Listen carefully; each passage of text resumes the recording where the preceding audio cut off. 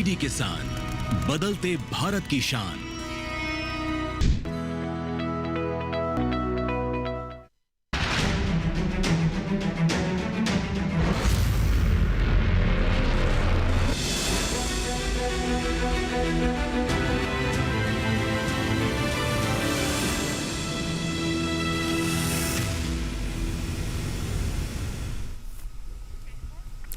नमस्कार, दूरदर्शन किसान देख रहे हैं आप सभी का स्वागत है कार्यक्रम हेलो किसान में और मैं हूं आपके साथ पुलकित शुक्ला। हेलो किसान एक ऐसा कार्यक्रम जो करता है किसान भाइयों की समस्या का समाधान और आप तक पहुंचाते हैं हर समस्या का निदान। हेलो किसान के इस कार्यक्रम में हर बार की तरह अलग अलग विषय लेकर हम हाजिर होते हैं और विषय से जुड़ी हुई तमाम महत्वपूर्ण जानकारी आप तक पहुँचाई जाती है। आपकी समस्याओं का समाधान इस कार्यक्रम के माध्यम से किया जाता है। आपकी भूमिका इस कार्यक्रम में सबसे महत्वपूर्ण होती है क्योंकि आप लाइव जुड़ते हैं इस कार्यक्रम में, अपने सवाल पूछते हैं। हर बार की तरह अलग अलग विषय लेकर हम आते हैं। आज ऐसे कौन से विषय लेकर हम हाजिर हुए हैं, आइए सबसे पहले आज हम विषय पर नज़र डालेंगे कि कौन से विषय लेकर हम आपके सामने हाजिर हुए हैं। तो आज इस कार्यक्रम में बात होगी बसंतकालीन मक्का की खेती कितनी महत्वपूर्ण है, किस प्रकार से करनी चाहिए, कैसे देखभाल करनी चाहिए, साथ ही बांस की खेती में क्या संभावना है, कैसे किसान भाई बांस की खेती कर अच्छा खासा मुनाफा कमा सकते हैं, इसको भी समझेंगे आज के हेलो किसान कार्यक्रम में। इन दोनों विषय से जुड़े आपके कोई भी सवाल है, आपके मन में कोई भी संशय है तो आपको पता है आपको क्या करना है, टोल फ्री नंबर मिलाना है। टोल फ्री नंबर नोट कर लीजिए 1800113060, 1800113061। फ़ोन करते समय आपको ध्यान रखना है कि आपके टेलीविज़न की आवाज़ कम हो और पर्याप्त नेटवर्क हो ताकि एक बेहतर संवाद को स्थापित किया जा सके। इसके अलावा आप हमें व्हाट्सएप के जरिए अपने सवाल भेज सकते हैं। व्हाट्सएप नंबर नोट कर लीजिए 8800520717। व्हाट्सएप करते समय भी किसान भाई एक बात का विशेष रूप से ध्यान रखें, जहां से आप सवाल भेज रहे हैं अपना नाम सवाल के साथ और जगह का नाम लिखना बिल्कुल ना भूलें। इसके अलावा आप हमें ईमेल के जरिए अपने सवाल पहुंचा सकते हैं। आप ईमेल आईडी नोट कर लीजिए hellokisan2015@gmail.com। ये हमारी ईमेल आईडी है, इसके जरिए भी आप अपने सवाल हम तक इस कार्यक्रम में पहुंचा सकते हैं। इन तीनों माध्यमों का इस्तेमाल कीजिए और इन दोनों विषय से जुड़े आपके कोई भी सवाल हैं तो बेझिझक इस सवाल को पूछ डालिए और इस कार्यक्रम के माध्यम से अपनी समस्या का समाधान पाइए। अब वक्त हो गया उन लोगों से मिलने का जो आपकी समस्या का करते हैं समाधान। इस कार्यक्रम की आन बान शान है। तो आइए मिलते हैं। सबसे पहले डॉक्टर शंकर लाल जाट जी का आपका बहुत स्वागत है सर। आप प्रधान वैज्ञानिक हैं भारतीय मक्का अनुसंधान संस्थान पूसा नई दिल्ली से। इसके साथ ही हमारे साथ डॉक्टर अजय ठाकुर जी हैं। सर आपका भी बहुत स्वागत है। आप वैज्ञानिक हैं भारतीय वानिकी अनुसंधान एवं शिक्षा परिषद देहरादून उत्तराखंड से। आप दोनों मेहमानों का स्वागत है। सबसे पहले शुरुआत डॉक्टर शंकर लाल जाट जी से करेंगे। डॉक्टर शंकर जी, बसंतकालीन ऋतु के अंदर मक्के की खेती को लेकर क्या शुरुआती प्रारंभिक तौर पर तैयारियां करनी चाहिए जिससे आगे चलकर किसान भाई को अच्छी फसल मिले? देखिए, अपने देश में जो बसंतकालीन मक्का है वो एक बहुत ही अभी कम समय का, जो पिछले 2-4 साल में इसका प्रचलन बढ़ा है। और जो भारत सरकार की जो नीति रही है बायोफ्यूल नीति, इसके तहत 2023 के अंत में मक्का को बायोइथेनॉल के प्रोडक्शन में प्रयोग किया जाने लगा। उसके बाद में बसंतकालीन मक्का के अंदर एक अच्छा उछाल आया और जो एरिया 1-2 लाख हेक्टेयर एरिया होता था वो अभी 6 से 7 लाख हेक्टेयर के आसपास पहुंच गया है। तो जो किसान जो आलू की खेती करते थे और जिसकी मटर की खेती करते थे, तो अगर हम बात करें तो हमारे पास जो इंडो गंगेटिक प्लेन है, जो मैदानी भूभाग है, जिसमें आप पंजाब हरियाणा से चालू करते हैं और वहाँ तक बिहार तक जाते हैं, जहाँ भी आलू की खेती होती है, लगभग 10 लाख हेक्टेयर में एरिया में आलू की खेती होती है। उन सभी खेतों में क्या होता है कि उर्वरा शक्ति काफ़ी अच्छी हो जाती है और उस समय जब भी आपका आलू निकले, वो आपका 1 फरवरी के बाद जब भी आपका आलू निकले, किसान भाई मक्का की खेती, मक्का लगाने की तैयारी कर लें और मक्का लगा दें। जितना आप जल्दी लगाएंगे उतना अच्छा रहेगा। हम चाहते हैं 20 मार्च तक आपकी 1 फरवरी से 10 फरवरी से लेकर 20 मार्च के बीच में अगर आप लगाते हैं तो आपकी जो मक्का की फसल है वो आप 6 से 7 पानी या 8 पानी के अंदर ले सकते हैं। नहीं तो क्या होता है, अगर आपकी बाद में जाएगी तो उसमें क्या रिस्की हो जाती है। 20 मार्च के बाद जब मक्का की खेती करते हैं तो वो रिस्की हो जाती है, क्योंकि आपके जो बड़ा तापमान बड़ा होता है तब नर झंडा आता है, वो नर झंडा सूख जाता है, उसमें आपके दाने नहीं बनते। तो जो किसान अभी भी मक्का की खेती करना चाहते हैं तो अगले साल की तैयारी करें।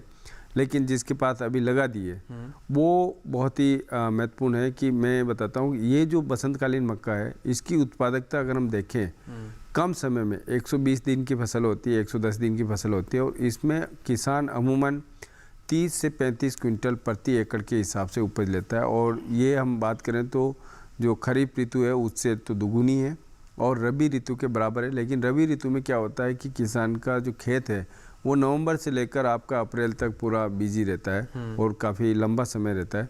तो कम समय में सबसे ज़्यादा उत्पादकता देने वाली आलू के बाद जो एक प्रमुख फसल बन के ये उभरी ये है। मक्के की फसल है। जी जी, तो प्रारंभिक तौर पर आपको किन बातों का ध्यान रखना है, कैसे आपको तैयारियां करनी है और कितने अंतराल के बाद ये शुरू करना है? समय का बेहद ध्यान रखना है आपको, कौन सा सही समय है, ये चीज़ बहुत महत्वपूर्ण है इसके अंदर। कुछ और क्या खास बातें एक रिपोर्ट के जरिए समझते हैं पहले।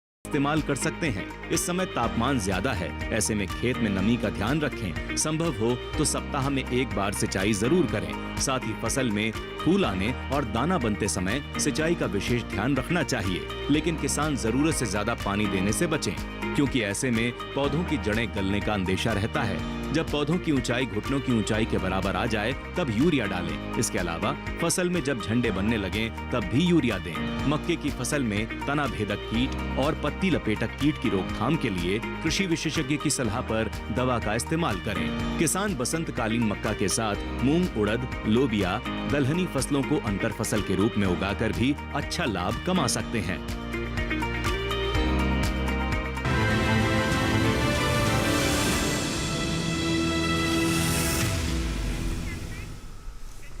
तो बसंतकालीन मक्के की खेती करते वक्त किन बातों का आपको ध्यान रखना है? रिपोर्ट के जरिए हमने एक बानगी देखी है। आगे क्या कुछ खास है, ज़मीनी स्तर पर क्या कुछ बदलाव करने हैं, क्या प्रैक्टिसेस होनी चाहिए, उसको भी हम समझेंगे। लेकिन उससे पहले रुक करते हैं अपने दूसरे विषय की तरफ, बांस की खेती, और बात करते हैं डॉक्टर अजय ठाकुर जी से। डॉक्टर अजय जी, बांस में इतनी संभावनाएं हैं कि आपको लगता है कि कहीं ना कहीं हमारे देश के किसानों ने बांस की जो शक्तियाँ हैं उसको थोड़ा कम आंका है? अगर बांस की खेती से किसान भाई जुड़ेंगे तो अच्छा खासा मुनाफा ले सकते हैं? जी हाँ, एकदम आपने सही कहा है।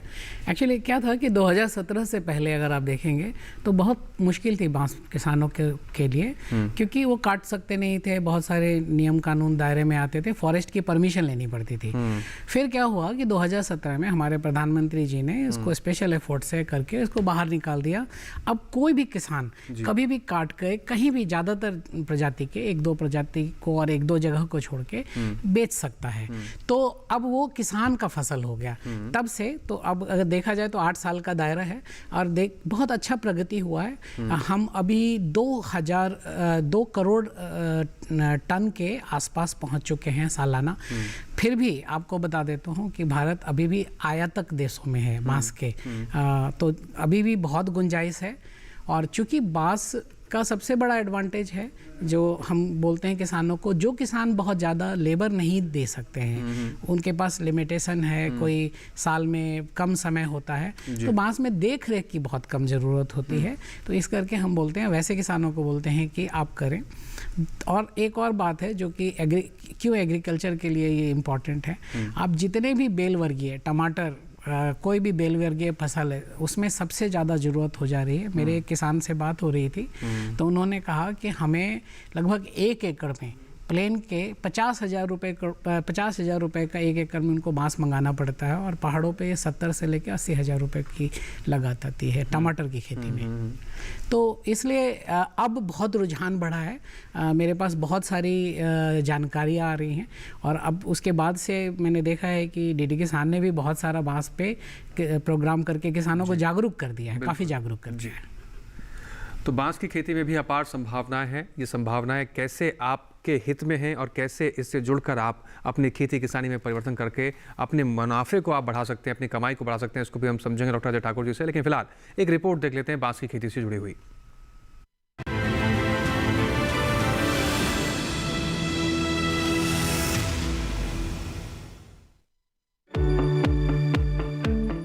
बांस को हरित इस्पात भी कहा जाता है।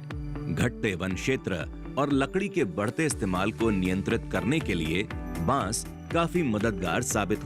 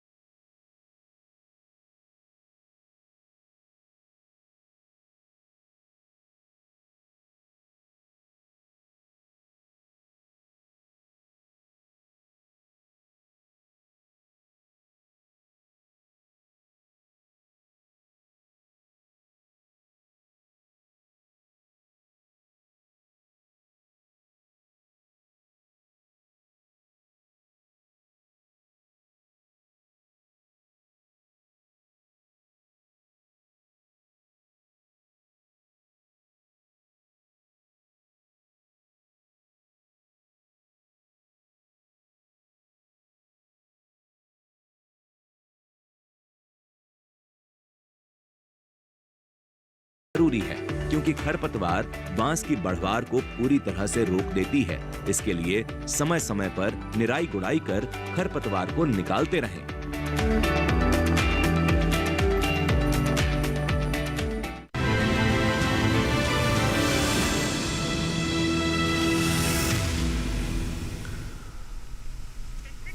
तो बांस की खेती से जुड़े हुए कुछ खास महत्वपूर्ण पहलू इस रिपोर्ट के जरिए हमने देखे। आगे बढ़ते हैं, बात करते हैं डॉक्टर शंकर लाल जी से। डॉक्टर शंकर लाल जी, बसंतकालीन जब मक्के की खेती की हम बात कर रहे हैं तो मक्के की खेती एक ऐसी फसल है जो कि न केवल सिर्फ किसान भाइयों के लिए बल्कि पशुपालकों के लिए भी काफ़ी लाभदायक होती है। अगर हम खेत की तैयारी की बात करें, किस प्रकार की खेत की तैयारी करनी चाहिए, और सबसे बड़ी अगर बात उर्वरकों के प्रयोग को लेकर है, शुरुआत से ही किन बातों का ध्यान में रखें? क्या शुरुआत में ही खेत की तैयारी, मिट्टी की तैयार करते समय उर्वरक का प्रयोग करना चाहिए? शुरुआती तौर से क्या क्या स्टेप्स बाय स्टेप्स चीज़ें फॉलो करनी चाहिए? देखिए, आपने सही कहा, जो ये फसल है पशुपालकों के लिए भी काफ़ी महत्वपूर्ण है। और अगर बात करें तो पशुपालन और मुर्गी पालन के अंदर जो मक्का है, लगभग आपकी 60% के आसपास अभी मक्का पशुपालन और मुर्गी पालन में जा रही है, जितनी पैदा हो रही है। उसके अलावा अभी हरे चारे की बहुत बड़ी समस्या आती है, जो ये वाला मौसम है। तो हरे चारे के लिए किसान भाई अभी भी मक्का लगा सकते हैं। उसमें आपकी अफ्रीकन टॉल है, J1006 और प्रताप चेरी 6, इसके साथ DFH2 करके एक नई वैरायटी है, उन वैरायटी को आप लगा सकते हैं। और इनका बीज आपको लगभग 40 से 50 किलो के आसपास बीज लेना होता है। अगर खेत की तैयारी की हम बात करें तो आपको दोमट मिट्टी है वो बहुत अच्छी रहती है, जिसकी जल धारण क्षमता अच्छी हो। और इस समय क्योंकि हमारे पास बिल्कुल सिंचाई के ऊपर डिपेंड रहता है, तो अच्छी बात रहेगी अगर आपके पास गोबर की सड़ी हुई खाद है तो आप 10 टन से 12 टन प्रति हेक्टेयर के हिसाब से गोबर की सड़ी हुई खाद मिला दें 2-4-5 दिन पहले ही। अगर अच्छी सड़ी हुई खाद है तो आप 2 दिन बाद भी बुआई कर सकते हैं मक्का की। ये आपकी मिट्टी की जल धारण क्षमता को अच्छा करेगी। इसके साथ साथ अगर आप बाकी बुआई के समय जो उर्वरक देने हैं उनमें आप 1 बैग DAP दें और आप 15 से 20 किलो पोटास दें। और जो जब आपके पौधे की छोटी अवस्था हो जाती है, उर्वरकों के प्रबंधन का अगर बात करें तो छोटी अवस्था 20-25 दिन के बाद आप 15 से 20 किलोग्राम यूरिया प्रति हेक्टेयर के हिसाब से दे दें। और जो घुटने, जैसे रिपोर्ट में भी बताया कि घुटने तक की ऊंचाई होती है, उसमें तय होता है कि आपका भुट्टा कितना बड़ा बनेगा, भुट्टे की साइज़ क्या होगी, वो तय होती है। तो उस समय आप ज़रूर उर्वरक दें, पानी भी उसका ध्यान रखना है, और साथ में फिर आपकी नरमंजरी वाली। तो अगर आप अभी देखेंगे तो किसान भाइयों के पास बहुत ही छोटे से लेके बड़ी, कुछ किसानों के पास पक भी रही है। तो अभी मक्का के बारे में ये कहते हैं कि हर दिन देश में मक्का बोई जाती है और हर दिन काटी जाती है। तो मल्टीपल जो क्रॉपिंग सिस्टम हो गया, उसकी वजह से किसान जो मक्का का उत्पादन अगर आपको करना है तो इंडस्ट्री के लिए उत्पादन करना है, कोई भी इंडस्ट्री हो, जैसे आप इथेनॉल इंडस्ट्री में ले जा रहे हैं, चाहे आप फीड इंडस्ट्री में ले जा रहे हैं, चाहे और कोई इंडस्ट्री में ले जा रहे हैं, आपको एक बात ध्यान रखनी है कि आपकी मक्का बहुत अच्छी सूखी हुई होनी चाहिए। सूखी हुई मक्का होने से आपको मार्केट में दाम अच्छा मिलेगा, क्योंकि उसमें अफ्लाटॉक्सिन मुक्त होता है। अगर बात करें बिहार की, तो देश के अंदर बिहार एक ऐसा राज्य है जो पूरे देश की इंडस्ट्री को चलाता था मक्का के मामले में। लेकिन अब दूसरे राज्यों में भी जागरूकता आई है बायोफ्यूल पॉलिसी की वजह से, और बाकी जगह भी अभी पूर्ति कर रहे हैं। जी, तो उर्वरकों का प्रबंधन किस प्रकार से करना है और कितना महत्वपूर्ण है, कितनी मात्रा में करना है, सबसे आवश्यक ये बातें होती हैं, क्योंकि इसी के आधार पर आपके फसल उत्पादन की वृद्धि होती है। चर्चा को आगे बढ़ाएंगे, कुछ और खास बातें जानेंगे, लेकिन यहाँ वक्त हो गया एक छोटे से ब्रेक का। आप बने रहें, देखते रहें कार्यक्रम हेलो किसान। हम जल्द लौट रहे हैं।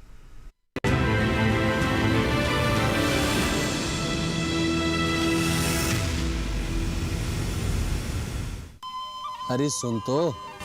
मुझे क्या सुनाना चाहते हो? जो सुनाओ मेरी सौतन को। किसको? अरे वही तुम्हारा मोबाइल फोन, जिससे सुबह शाम दिन रात चिपके रहते थे और कहते थे किसान कॉल सेंटर से बातें हो रही हैं। अच्छा ये बात है। हाँ, क्यों, क्या हुआ? अब बात नहीं होती क्या? अब तो झट से बात हो जाती है। ऐसा क्या? हाँ, अब तो ज्यादा लाइनें और खास तकनीक के कारण खेती के माहिरों से तुरंत बात हो जाती है। और अगर कभी लाइन व्यस्त हो तो अपनी समस्या फोन पर रिकॉर्ड करा दो, वहाँ से फोन आ जाता है और समस्या की हल का मैसेज भी आ जाता है। ये देखो आ गया।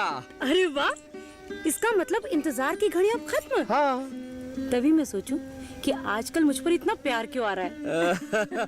कृषि संबंधी समस्याओं का अपनी भाषा में तुरंत हल पाने के लिए पूरे भारत में किसी भी फोन से हेल्पलाइन नंबर पर संपर्क करें। किसानों का दोस्त किसान कॉल सेंटर।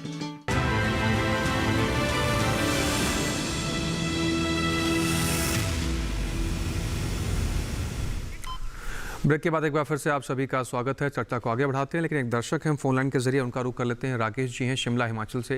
राकेश जी, आपका स्वागत है, सवाल पूछिए। नमस्कार। नमस्कार जी। मेरा सवाल ये है कि मैं शिमला से ये हम मक्की लगाना चाहते हैं पॉपकॉर्न वाली, तो मेरा ये प्रश्न है कौन सा छिड़काव करना चाहिए? जितना हम समझ पा रहे हैं राकेश जी, आप ये जानना चाहते हैं कि ये पॉपकॉर्न वाला मक्का आप लगाना चाहते हैं। हाँ जी, हाँ जी जी। जैसा कि हिमाचल के अंदर ट्रेडिशनली पॉपकॉर्न होता रहा है और वहाँ पे अभी भी होता है, तो आप इसके लिए LPCH 3 जो किस्म है और अल्मोड़ा पॉपकॉर्न 1 और अल्मोड़ा पॉपकॉर्न 2 है, इन किस्मों का आप चुनाव कर सकते हैं और ये अच्छी उत्पादक किस्में हैं और इनमें जो पॉपिंग की क्षमता है वो काफ़ी अच्छी होती है। और आपके यहीं क्लू लेके और बाकी जगह देश में मैं बाकी किसानों को बताना चाहता हूँ कि रबी सीज़न के अंदर और स्प्रिंग सीज़न के अंदर आप पॉपकॉर्न को ले सकते हैं।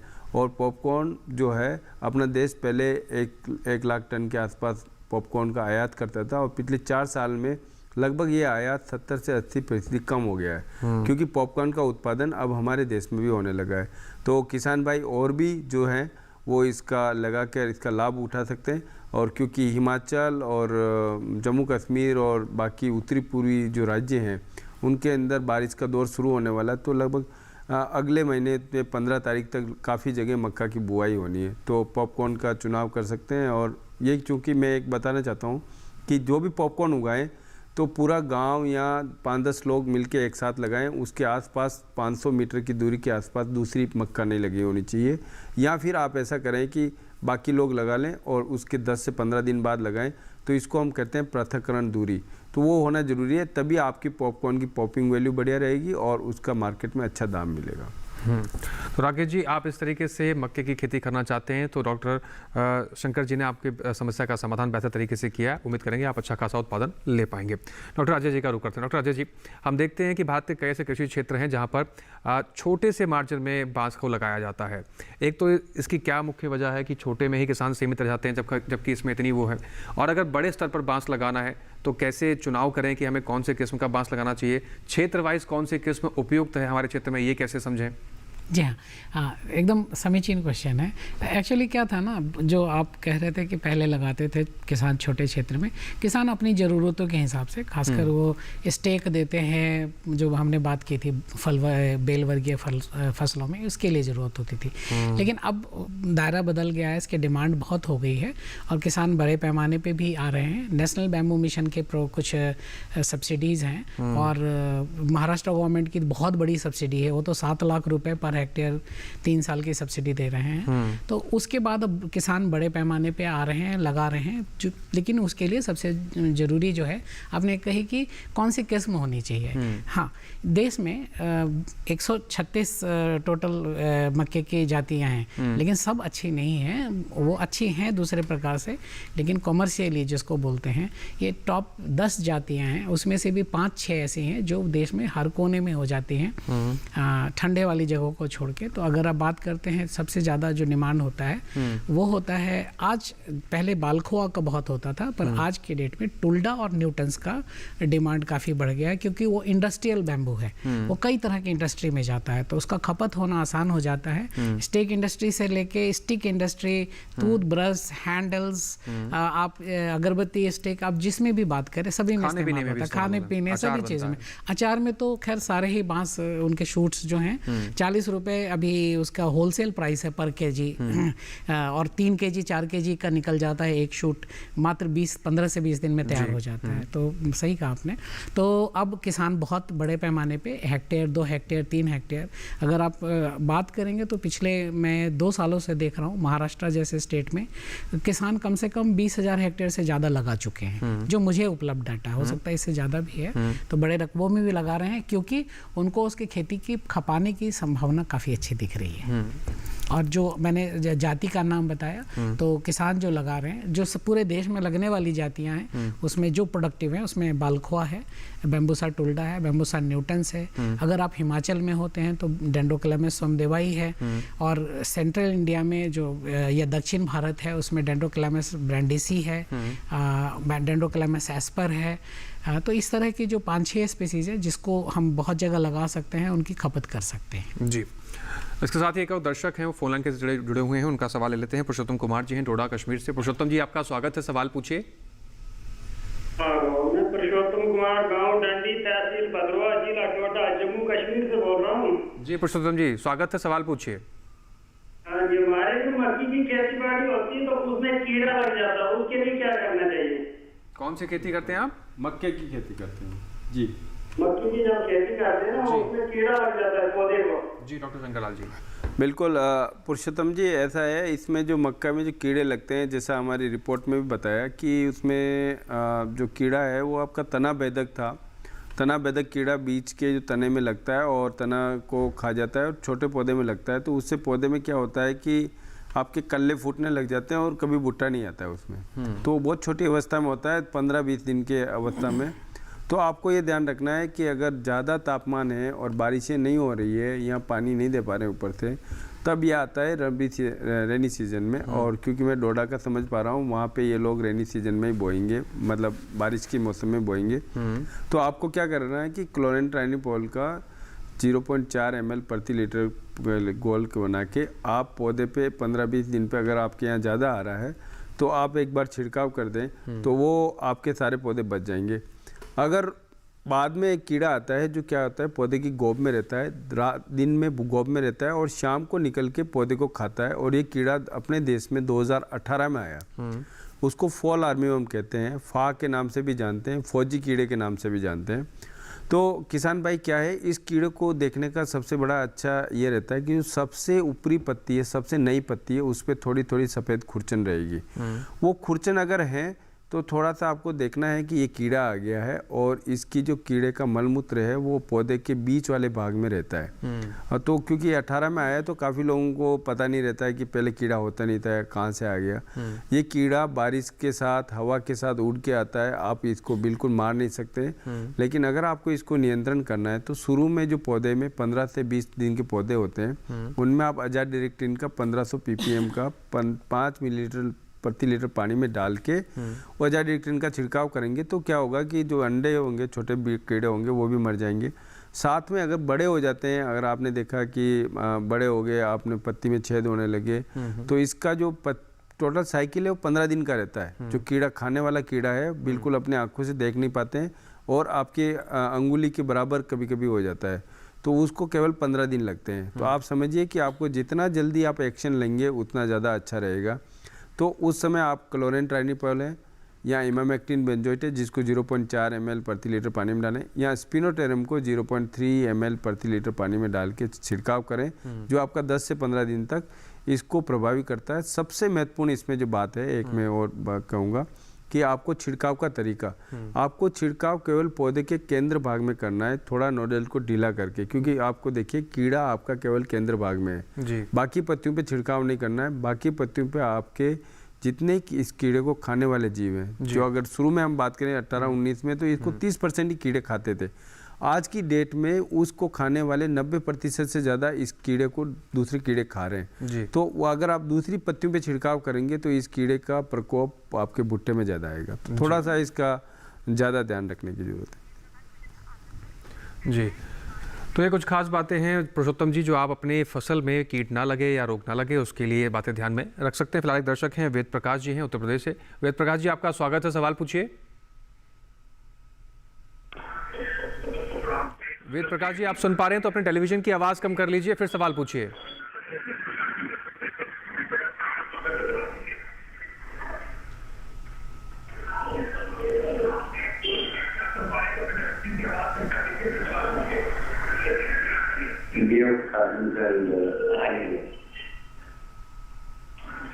हेलो जी वेद प्रकाश जी, सवाल पूछिए।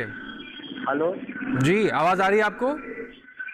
हाँ जी जी, सवाल पूछिए।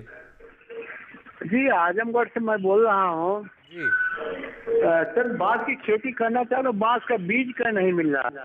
जी डॉक्टर अजय जी। जी हाँ, वेद प्रकाश जी, आजमगढ़ में बढ़िया बांस हो जाएगा, लेकिन बीज के लिए आपको जो बांस की खेती होती है क्लोन से ज़्यादा अच्छी होती है। बीज वाली जो होती है लाठी बांस होती है, तो मैं सलाह नहीं देता किसानों को, और कांटा बांस होती है, उसमें आपको बहुत प्रोडक्टिविटी नहीं मिलेगी। तो आप FRI से कांटेक्ट कीजिए, फॉरेस्ट रिसर्च इंस्टीट्यूट देहरादून।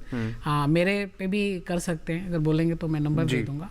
मेरा एक नंबर है, लिख लीजिए, और किसान भाइयों का काम आ जाएगा। 94101 50981 ये मेरा व्हाट्सएप नंबर भी है।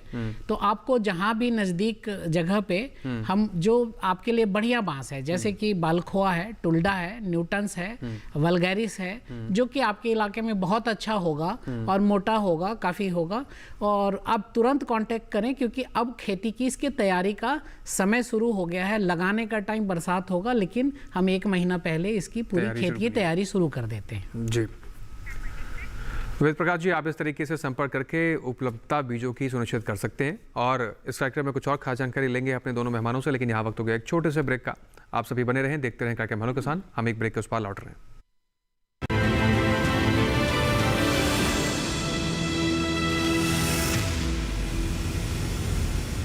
डीडी किसान ने कर ली है तैयारी, यहाँ मिलेगी पशुपालन की हर एक जानकारी, घर आंगन से लेकर व्यवसायिक फार्म तक, मुर्गी पालन से लेकर रेगिस्तान के जहाज तक। बीमारियों से पशुपालक बिल्कुल ना हो परेशान, विशेषज्ञ करेंगे आपकी समस्या का समाधान। देखिए अपना पशु चिकित्सक हर रविवार शाम 6:30 बजे दूरदर्शन किसान पर।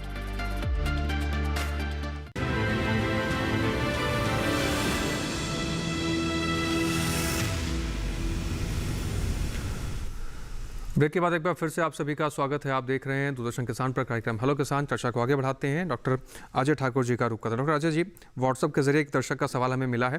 अजय कश्यप जी हैं, वो जानना चाहते हैं कि बांस की खेती के लिए बीज की उपलब्धता कहाँ से होती है? क्या कानपुर देहात में कृषि विभाग का ऑफिस है जहाँ पर किसानों को ये बीज उपलब्ध हो सकते हैं? न केवल अजय जी की अगर हम बात करें, उत्तर प्रदेश के लगभग कई किसानों का ये सवाल रहता है कि हमें बीज नहीं मिल रहा है। क्या देहरादून अगर संपर्क ना किया जाए तो क्या उत्तर प्रदेश में इसकी व्यवस्था नहीं हो सकती है? मैं संपर्क करने का इसलिए बोलता हूँ कि बांस में ना गलत जाति की अगर किसानों को दे दी गई तो बाद में 5 साल के बाद किसानों को समस्या आती है। तो हम कोशिश तो यही करते हैं कि उनके नज़दीक के जगहों पे अगर फॉरेस्ट डिपार्टमेंट के पास है तो हम करें, नहीं तो हम कहीं से भी उनको उपलब्ध कराने की चेष्टा करें। हमारा एक प्लान जरूर चल रहा है, उसमें 1 साल से ज़्यादा लगेगा कि हर डिस्ट्रिक्ट में हम उत्तर प्रदेश में उपलब्ध कराएं, चाहे फॉरेस्ट डिपार्टमेंट या प्राइवेट उसके हिसाब से। लेकिन सबसे जो ज़रूरी है, जो क्लोन होने चाहिए वो असली होने चाहिए, क्योंकि बहुत सारा वाकया होगा, लोगों ने कांटा बांस बेच दिया, और कांटा बांस बहुत बड़ी समस्या का बांस है, क्योंकि जब किसान काटने जाते हैं तो लगाने की जो खर्चा है उससे ज़्यादा काटने का खर्चा आ जाता है। तो हम इसलिए बोलते हैं कि हमसे सलाह ले लें, फिर हम सलाह के बाद उनको जहाँ तक हो सकता है, जैसे कानपुर है तो हम कोशिश करेंगे, अगर उनको नज़दीक हमारा इलाहाबाद है, एक सेंटर है हमारा, हम वो वहाँ से उपलब्ध करा दें, और किसान संपर्क में रहेंगे तो जरूर हम उनकी मदद करेंगे। जी, तो आप अजय जी इस तरीके से संपर्क करके आप अपने मक्के की बीज की उपलब्धता भी सुनिश्चित कर सकते हैं। डॉक्टर शंकर जी का रुख करते हैं। डॉक्टर शंकर जी, मक्के की खेती में हमने अब खेत की तैयारी कर ली, अब बात आती है बीज के चुनाव को लेकर। किस प्रकार के बीजों का चुनाव करना चाहिए? क्या इसमें भी किस्मों का असर देखने को मिलता है? जैसा आप किस्म लगाएंगे वैसा उत्पादन लेंगे, और ये क्षेत्र वाइज भी क्या अलग अलग होता है? जी बिल्कुल, क्षेत्र वाइज भी अलग अलग होता है, और इसमें किस्मों का चुनाव मौसम के अनुसार भी अलग अलग होता है।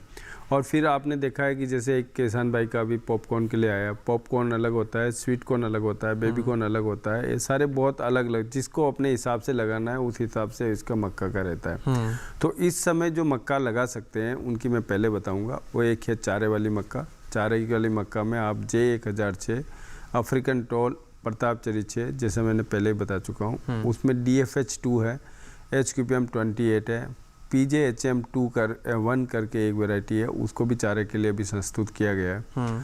तो ये चारे की किस्में हैं। अब बेबी कॉर्न जो एक किस्म है उसको आप कभी भी लगा सकते हैं, क्योंकि उसके अंदर भुट्टे में दाने बनने की ज़रूरत नहीं होती है। तो बेबी कॉर्न में आप LVCH 1, 2, 3 है, पूसा शीशु करके एक वैरायटी है, पूसा बेबी HM4 शीशु है, उसके बाद अल्मोड़ा बेबीकॉर्न 1, अल्मोड़ा बेबीकॉर्न 2 है। और एक हमारी जो मेल स्टाइल बेबीकॉर्न भी निकली है IS LBCH4, उसको भी आप चुनाव कर सकते हैं। और ये किस्म ऐसी है जिसके अंदर आपको नर झंडे तोड़ने की ज़रूरत नहीं है। अगर हम दाने वाली किस्मों की बात करें तो इस मौसम में बसंतकालीन ऋतु में जो है आपको मध्यम से मध्यम अवधि या फिर कम अवधि वाली फसल बोनी होती है। और उसके लिए जैसे आप जो किस्मों के चुनाव ऐसे IMH 222 से IMH 223 से 227 और 228 इनका चुनाव कर सकते हैं। साथ ही साथ में आपको DKC 9108 है, DKC 9208 है, P 1899, इन किस्में जो इनका भी आप चुनाव कर सकते हैं। इन किस्मों में यह है कि आपको संकर किस्मों का केवल दाने के लिए, क्योंकि मैंने जैसे उत्पादन क्षमता बताई 35 से 40 क्विंटल 1 एकड़ की है, तो अगर आप संकर किस्मों का चुनाव करेंगे तो आपकी उत्पादकता अच्छी आएगी और आपको अधिक मुनाफा होगा। तो बहुत वैरायटी और बहुत उसके हिसाब से आपको किस्मों का चुनाव करना होता है। जैसे आपका पर्पज़ है उसके हिसाब से कर सकते हैं। इसके लिए हमने एक भारतीय किस्म सिलेक्शन डाटाबेस भी बनाया है। हमारे संस्थान के अभी वेबसाइट में कुछ इश्यू आ रहा है, वो उपलब्ध रहेगा। किसान भाई अपनी जगह के अनुसार और अपने पर्पज़ के अनुसार, अपने सीज़न के अनुसार जाके उसमें किस्म सेलेक्ट कर सकता है। जी, तो किस्मों का चुनाव ही बहुत महत्वपूर्ण है। और खासकर इस मौसम की बात करें तो कितनी किस्में डॉक्टर शंकर जी ने आपको बताई है, इसके अनुसार ही किस्मों का चयन आप कर सकते हैं। फिलहाल दर्शक उनका रुख कर लेते हैं। प्रवीण पवार हैं जलगांव महाराष्ट्र से। प्रवीण जी, आपका स्वागत है, सवाल पूछिए। हेलो जी प्रवीण जी, सवाल पूछिए। हेलो, आपको आवाज मिल रही है हमारी? नमस्कार सर, आप मुझको स्वीटकॉर्न मक्का लगाने का है, कौन सी वैरायटी लगाऊं? जी, अपना सवाल दोहराइए और टेलीविजन की आवाज कम कर लीजिए। स्वीटकॉर्न मक्का लगाना है, स्वीटकॉर्न कौन सी वैरायटी लगाऊं? जी, महाराष्ट्र में महाराष्ट्र में पॉपुलर। जी, आपका सवाल सुन लिया, जवाब सुनिए आप।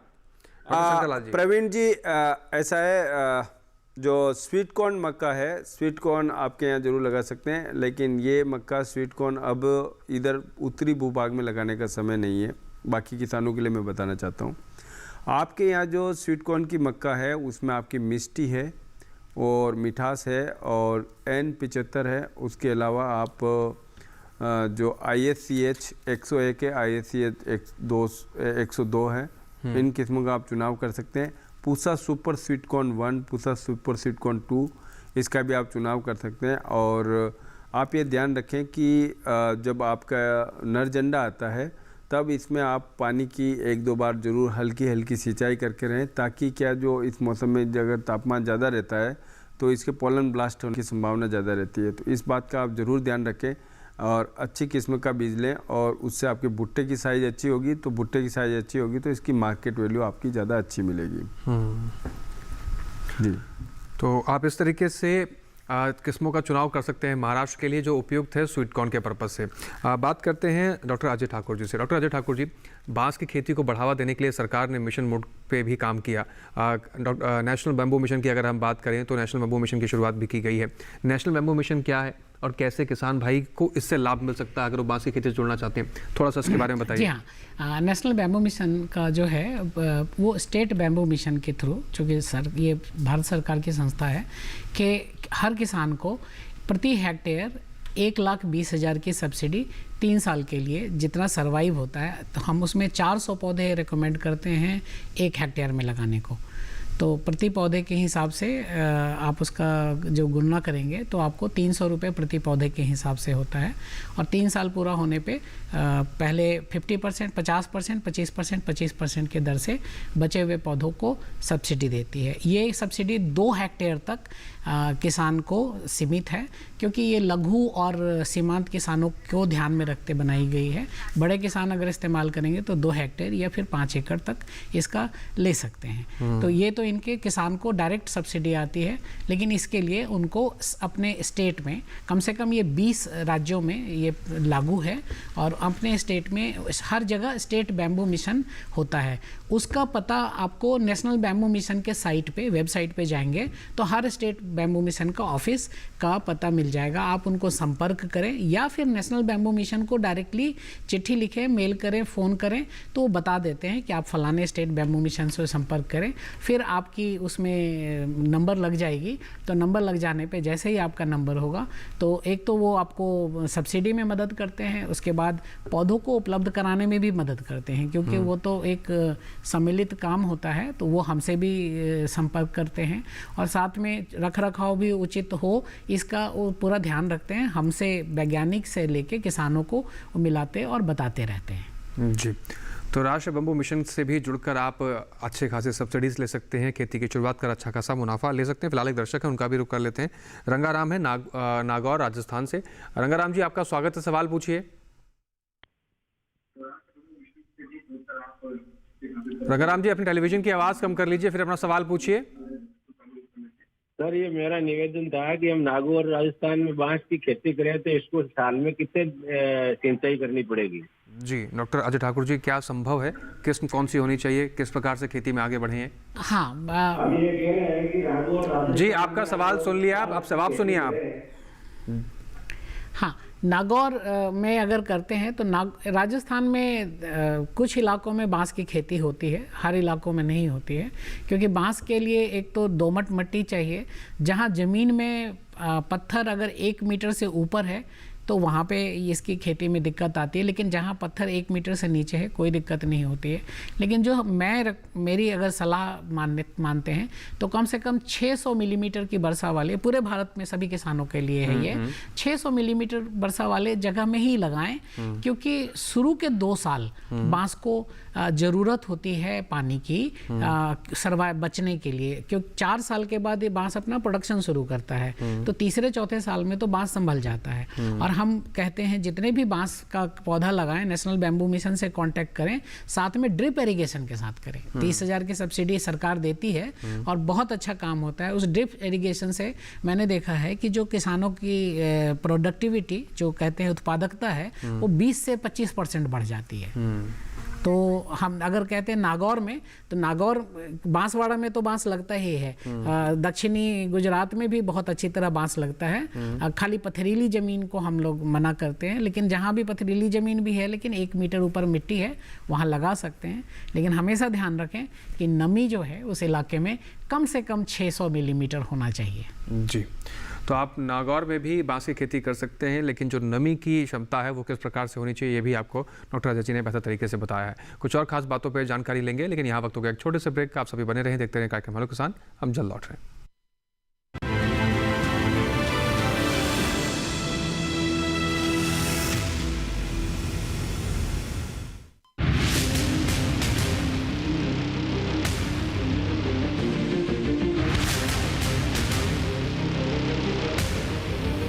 जब तपती है धरती, सूरज उगलता है आग, ठंड में जब सर्दी जमा देती सबके हाल, सब छुप जाते अपने अपने घरों में, तब बाहर निकलता सिर्फ एक इंसान, भरने के लिए हम सबका पेट, खून को पसीने की तरह देता बहा, थक जाता, झुलस जाता, हो जाता बीमार, तब उसकी सेहत का ध्यान रखता सिर्फ डीडी किसान।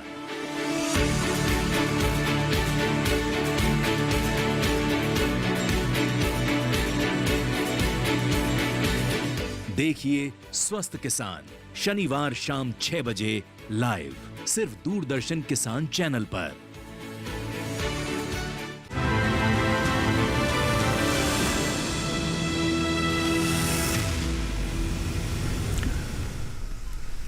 ब्रेक के बाद एक बार फिर से आप सभी का स्वागत है। आप देख रहे हैं कार्यक्रम हेलो किसान। चर्चा को आगे बढ़ाते हैं और रुख करते हैं डॉक्टर शंकर जी का। डॉक्टर शंकर जी, इस तमाम बातों के साथ साथ अब पौधों की बढ़वार को लेकर हम बात भी कर लेते हैं। पौधों की बढ़वार के साथ साथ कौन कौन सी चीज़ें और ज़रूरत होती है, और सबसे अगर ज़्यादा महत्वपूर्ण बात की देखी जाए तो क्या इस दौरान में कीट लगने की, रोग लगने की कितनी क्षमताएँ होती हैं, उनसे बचाव के लिए क्या क्या समाधान करने चाहिए?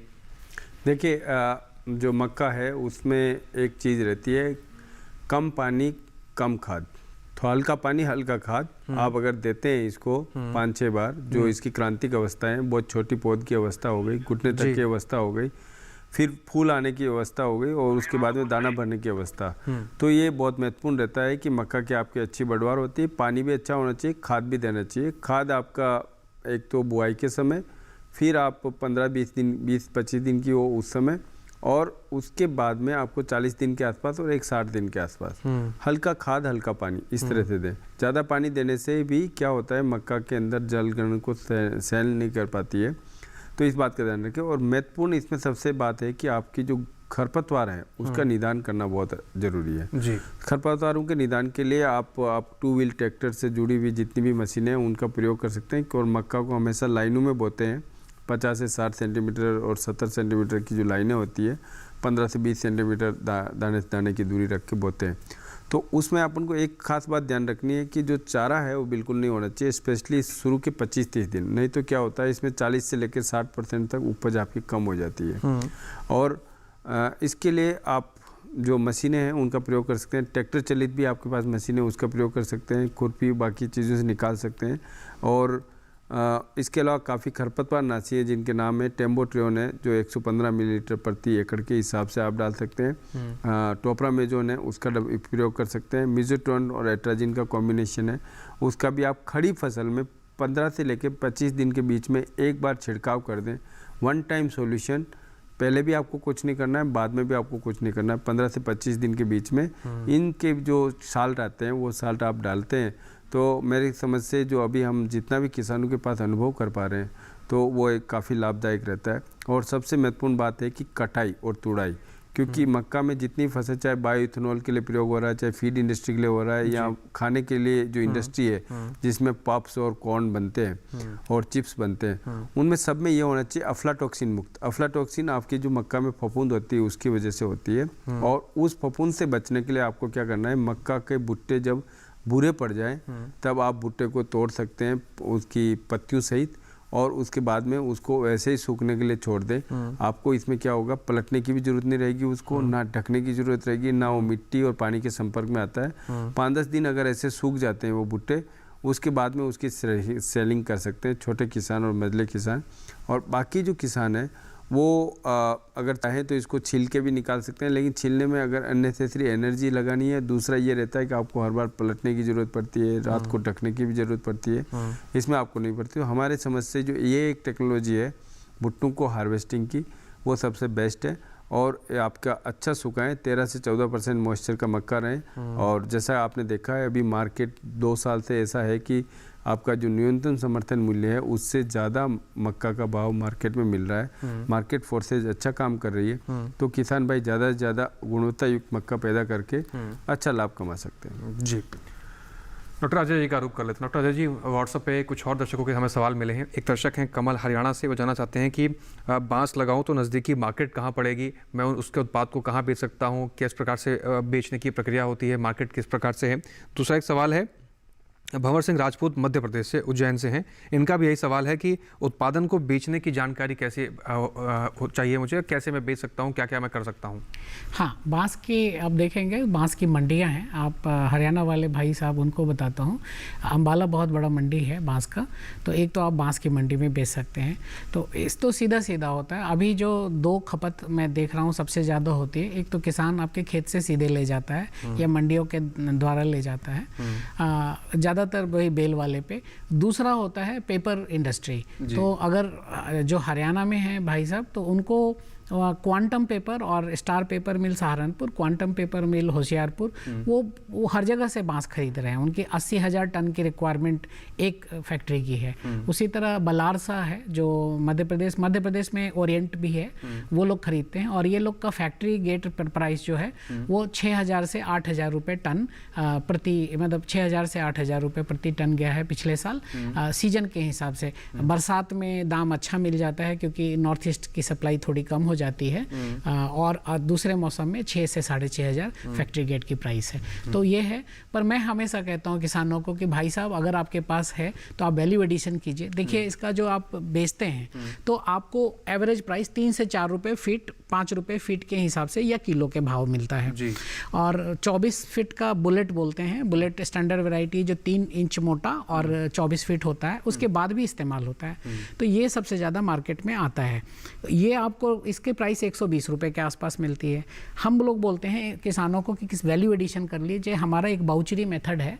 बाउचरी मेथड से हम लोग वहीं पे किसान अपने खेत में ही हल्का पावर सिस्टम के साथ उसको ट्रीटमेंट कर देगा, तो वो 20 रुपये प्रति फीट के दर से बिकता है। उस बांस का इस्तेमाल पॉली हाउस बनाने में, उस बांस का इस्तेमाल जो आजकल हट बना रहे हैं टूरिस्ट के पॉइंट ऑफ व्यू से, उसको 15 साल से लेके 20 साल, इनफैक्ट जो FRI में बांस का एक बल्डा हुआ ऑफिस है वो 70 साल इस साल पूरा करने वाला है उस ट्रीटमेंट के बाद। तो आप उस तरह से करें तो आपको 4 गुना वैल्यू एडिशन मिल जाएगा। जहाँ 120 रुपये मिलता था वहाँ 480 रुपये। और आर्किटेक्ट मेरे पीछे पड़े हुए हैं कि वो उनको सप्लाई चाहिए, तो ऐसे चीज़ में मैंने अपना फ़ोन नंबर भी बोला है, आप कांटेक्ट करें, मैं कोशिश करूंगा। या आप किसान DD किसान को, हेलो किसान को लिखें, वो भी हमको कांटेक्ट करके बता देते हैं। हम उनकी समस्या का समाधान आप सबके उनको हम जोड़ने की कोशिश करते हैं। और भी वैल्यू एडिशन के बहुत सारे हैं, तो उसमें बहुत सारा बताने में टाइम लगेगा। पर आप लोकल मंडी में जाएँ या आप वैल्यू एडिशन करके करें, आपको दोनों जगह मिल जाता है। जी, तो चाहे बांस की खेती हो या फिर बात करें हम बसंतकालीन में मक्के की खेती को, इन दोनों विषय से जुड़े हुए जो तमाम महत्वपूर्ण सवाल थे उन सवालों को इस कार्यक्रम में शामिल किया गया। सवाल और भी बहुत सारे हैं, लेकिन समय की समाप्ति की वजह से हमें इस कार्यक्रम को यहीं समाप्त करना पड़ेगा। डॉक्टर शंकर लाल जाट जी और डॉक्टर अजय ठाकुर जी, आप दोनों समय निकालकर स्टूडियो पहुंचे, बहुत बेशकीमती महत्वपूर्ण जानकारियाँ हमारे दर्शकों तक आपने पहुँचाई, समस्याओं का समाधान आपने किया। आप दोनों का बहुत शुक्रिया हमारे साथ जुड़ने के लिए। तो इसके साथ ही आज के हेलो किसान कार्यक्रम में बस इतना ही। उम्मीद करते हैं इन सभी जानकारियों से किसान भाइयों को लाभ होगा। सही समय पर इस जानकारियों का लाभ उठाकर अपने खेती किसानी में आप परिवर्तन कर अच्छा खासा मुनाफा लेंगे। अब आइए नजर डालते हैं कि अगले कौन से विषय होंगे जिस पे हम चर्चा करेंगे। अगले कौन से विषय से जुड़े हुए अपने सवाल आप पूछ सकते हैं। तो कल के विषय पर यानी कि अगले विषय पर नजर डाल लेते हैं। कपास की बुआई एवं किस्में किस प्रकार से होंगी और साथ ही सब्जियों की संरक्षित खेती करके कैसे किसान भाई मुनाफा कमा सकते हैं, इन दोनों बातों पर हम चर्चा करेंगे। इस विषय से जुड़े हुए कोई भी सवाल या कोई भी जानकारी आप हमें पहुंचाना चाहते हैं तो आप हमें DD किसान के कॉल सेंटर पर फ़ोन करके अपने सवाल सुझाव दर्ज करा सकते हैं। नंबर नोट कर सकते हैं DD किसान कॉल सेंटर का 1800113060, जो कि सोमवार से शनिवार सुबह 6 बजे से रात के 10 बजे तक आपकी सेवा में खुला रहता है। साथ ही साथ इस कार्यक्रम में कोई जानकारी आपसे छूट गई है या इस कार्यक्रम को आप दोबारा देखना चाहते हैं तो DD किसान के YouTube चैनल पर जाकर इस कार्यक्रम को आप देख सकते हैं।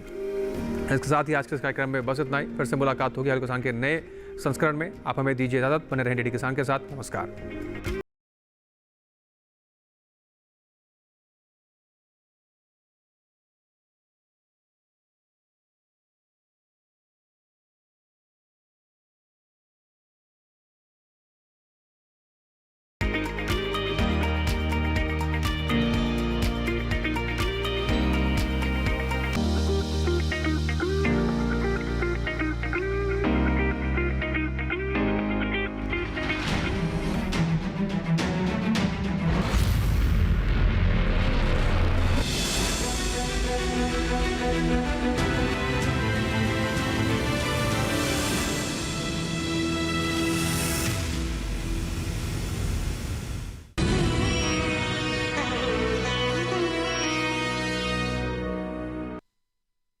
विज्ञान से किसान को हम जोड़